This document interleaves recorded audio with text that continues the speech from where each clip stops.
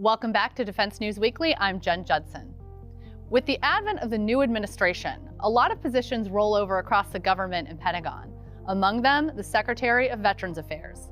Earlier in the week, President Trump's pick for the job, former Georgia Republican House Representative Doug Collins, took his turn in the hot seat for a confirmation hearing in front of the Senate. There he pledged to be a fierce defender of the department's workforce and operations, and emphasized that healthcare delivery for veterans must evolve to stay relevant to former service members in the coming years. Military Times' Leo Shane was at the hearing and brought back this report. Confirmation hearings for President Donald Trump's new cabinet continued on Capitol Hill this week, with senators reviewing a nominee for another key post for veterans and the military community. Former Georgia Representative Doug Collins, Trump's pick to lead the Department of Veterans Affairs, faced questioning from a Senate panel about his plans for changes to VA policies and improvements to veterans' benefits. Collins, an Air Force Reserve chaplain, spoke about his personal connection to the mission of VA and the work he's done counseling troops dealing with mental health issues and emotional stress. He said if he is confirmed, he'll bring that firsthand experience to the new leadership role. When you're in the military, it's about the mission. For me, if I'm confirmed by this body, the VA will be my mission. It will be the mission to take care of our veterans and to make sure they get the benefits that they deserve. I'm an Iraq War veteran. I understand burn pits because I slept next to one for many months. I understand this generation that went for time and time and again, deployment after deployment, in a different way than we'd seen many times before in our past wars and the needs that they have. But also being a veteran, I think I also bring something that is unique to this position almost since it became a cabinet position. I'll be the first member of this Hill, House or Senate, to serve if confirmed by this body, which I think brings a different perspective to my service here. Collins was peppered at the confirmation hearing with questions about what he thinks is the right balance between VA medical care and private sector health care. This issue of community care is going to be a major point of contention for the Trump administration, which has already pushed to send more patients and more taxpayer money into the private sector to increase veterans' access to doctors' appointments.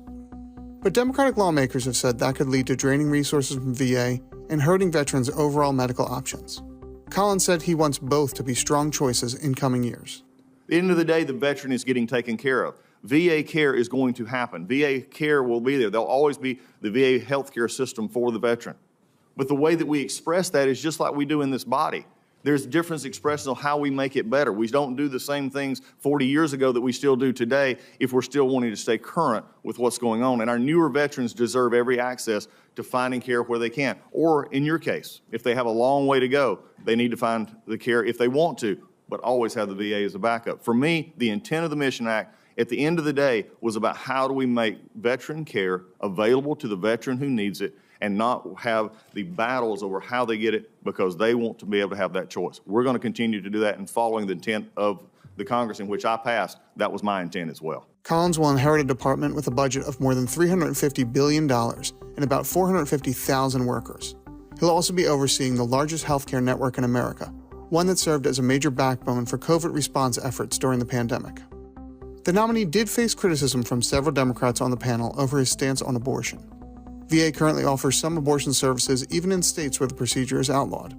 Collins said he believes that policy violates federal rules, and he promised a full review of the policy if he is confirmed. I care deeply about our women veterans and that they have the services they need. So I want to just ask you, do you believe a veteran who lives in Texas who has been raped and becomes pregnant should be able to get abortion care at her local VA? Senator, that is an issue that is very sensitive in this body. It is something that has been looked at. Here's what the law actually says, and the original law from 1992 says the VA does not do abortions. 2 years ago, that was a decision that was looked at and decided. I will tell you this, we will be looking at that issue when I get in there to confirm that the VA is actually following the law. So do you plan to modify that law then? I will repeat just what I just said. When we get in, we're going to look and make sure that the law is being followed from the 1992 law where it said they couldn't and the revision that just happened. Okay, well, I want you to know that I'll be following this very closely. I want to make sure that women veterans get the health care they need. Still, that issue appears unlikely to upset Collins' nomination. While several of Trump's other cabinet picks have been controversial, Collins received bipartisan support during his hearing and generally calm questioning from the panel. The full chamber is expected to vote on his confirmation sometime next week, potentially putting Collins in office by the start of next month. For Military Times, I'm Leo Shane.